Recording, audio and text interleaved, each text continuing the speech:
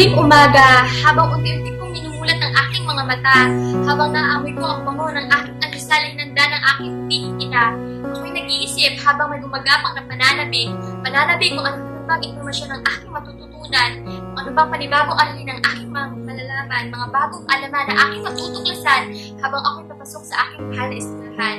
Ito yung mga bagay na tumutulak sa akin na pumasok palagi. Ito yung mga dahilan kung bakit sa paaralan ako nabaong hindi parati.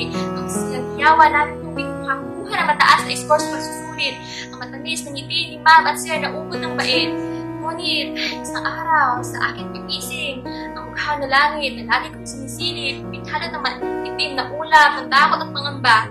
Sa ingay ng mga bata ay biglang nawala na. Ngayon ay nagaganap na, kinatatakutan na ng bawat isa, lahat tayo apekto, na tayo natatakot, hindi positibo, maging ang aking paaralan ay di rin nakaligtas sa hapit at dulot nito. Nagdidilim na kwarto, bakanting upuan, di na nagagalaw ng mga libro. Ang dating katina na puno ang katawanan ay may isang bakas ng tawa, di mo na maringgan. Masakit isipin na tila tayo ay binabalot ng takot parating. Takot sa kalaban na di mo mawari, kalaban na nasa paligid lang at hanggang umatake at naglunin ka na lang pag di ka marunong diskarte. Ako ay nagpapasalamat sapagkat ako ay hinugo at tinuruan ng aking paaralan kasama ang mabuting paggabay ng aking mga magulang. Sa panahon kung saan halos lahat ng mga tao ay pinalot ng takot at pag-aalinlangan, ito ako, kasama ng kapwa ko kay Yesko, isang sinisigurado, di kami mapipigilan ng pandemyang ito. Sa pagkakit ng aming mga nanimiting pangarap, kami ay sigurado. Tamang kaalaman lamang ang ating kinakailangan ng pagsunod sa mga tagpilit, yan lagi ang ating pakatandaan. Huwag natin hayaan na lumuhin tayo ng pag-aalinlangan at kawalan ng pag-asa. Isip lang natin, kumapit at maging manalangin sa ating makapangyarihang Ama. Huwag ilugmok ang sarili sa kahirapan at tumbay.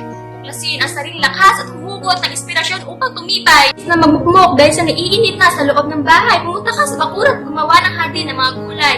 Gawing produktibo, laging araw mo magbasa ka, sumagot ng mujot at mag-ehersisyo, matutong lumikha ng bagong bagay, gamit ang mga nakatambak na basura sa bahay. Isipin na yung reduce, reuse at recycle. Maraming kaibigan, sa husay mo nakagawa ka na pala ng munti mong negosyo. Maraming bagay man ang nagbago, maraming luha ang tumulo dahil sa pandemyang ito, mga nawalan ng trabaho, nagutom at naging desperado. Pero sa bandang huli, mas marami pa rin sa atin ang sinisikap na manalo, sinisikap na maging positibo. Oops, hindi sa virus na iniisip ninyo, kundi sa positibong pananaw sa buhay nating mga Pilipino. Kaya bilang pangwakas ng mensahe kaibigan, huwag kang padadaig at lagi mong katandaan, kami ay nandito. Gayon mo iyong sandalan at sabay-sabay natin sinubungin ang mas maliwanag ng kinabukasan.